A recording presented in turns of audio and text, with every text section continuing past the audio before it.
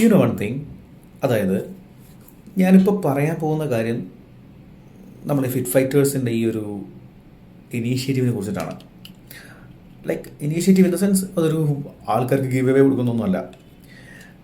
Like ഞാൻ 2020 ഇപ്പോൾ നിങ്ങൾ നോക്കിയാൽ മനസ്സിലാവും, എൻ്റെ ബയോയിൽ ഈ ഫിറ്റ് ഫൈറ്റേഴ്സിൻ്റെ ബയോയിൽ നമ്മൾ മെൻഷൻ ചെയ്തിട്ടുണ്ട് 2024 September 20 YouTube is my accountability partner എന്ന് പറഞ്ഞിട്ട് ഞാനൊരു ബയോ സെറ്റ് ചെയ്തത്. അപ്പോൾ 2024 ജിമ്മ് പോകാൻ വേണ്ടി സ്റ്റാർട്ട് ചെയ്തത്. ദിസ് ഈസ് ഓൾമോസ്റ്റ് 1 ഇയർ ആവുന്നു. ഈ 1 ഇയറിൽ കണ്ടിന്യൂസ്ലി ഞാൻ ജിമ്മിൽ പോയത് 6 months ആണ്. അതായത് continuously in the sense 24 September 20 to 25 September 20 വരെ ആകുമ്പോൾ 1 വർഷമായല്ലോ.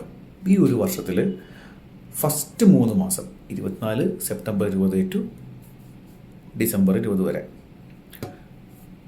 അത് കഴിഞ്ഞിട്ട് മെയ് മാസം മുതൽ മെയ് ജൂൺ ജൂലൈ, അങ്ങനെ 1 വർഷത്തിൽ കണ്ടിന്യൂസ്ലി 6 മാസമാണ് ഞാൻ ജിമ്മിൽ പോയിരിക്കുന്നത്.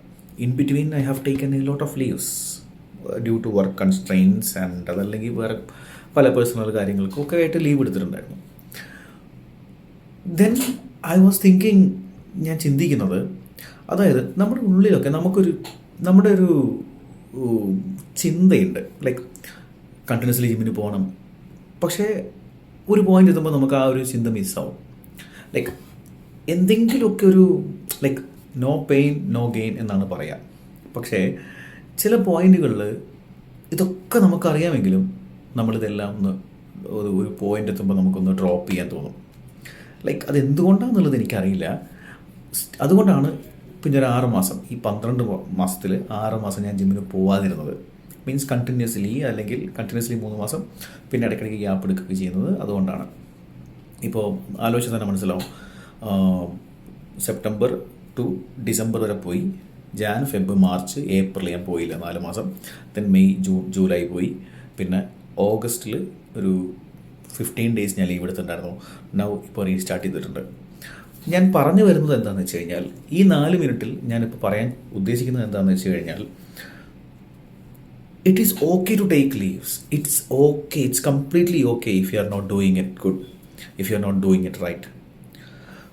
One day it will get right, and wait for that one day and try at least. I mean, not try. ശരിയാണ്, നിങ്ങൾ കണ്ടിന്യൂസ് ആയിട്ട് ഉണ്ടാവില്ല. Okay, it's okay, but take that initiative in you. അത് ആ ഇനീഷ്യേറ്റീവ് നിങ്ങളുള്ളിൽ എടുക്കുക. Somehow things will work out. Any one day you will feel that okay, you have to do it regularly. ഏതെങ്കിലും ഒരു പോയിന്റിൽ നിങ്ങൾക്ക് ആ ഒരു കണക്ഷൻ കിട്ടും, and that will be the greatest thing that you have ever decided and you will ever get. See you.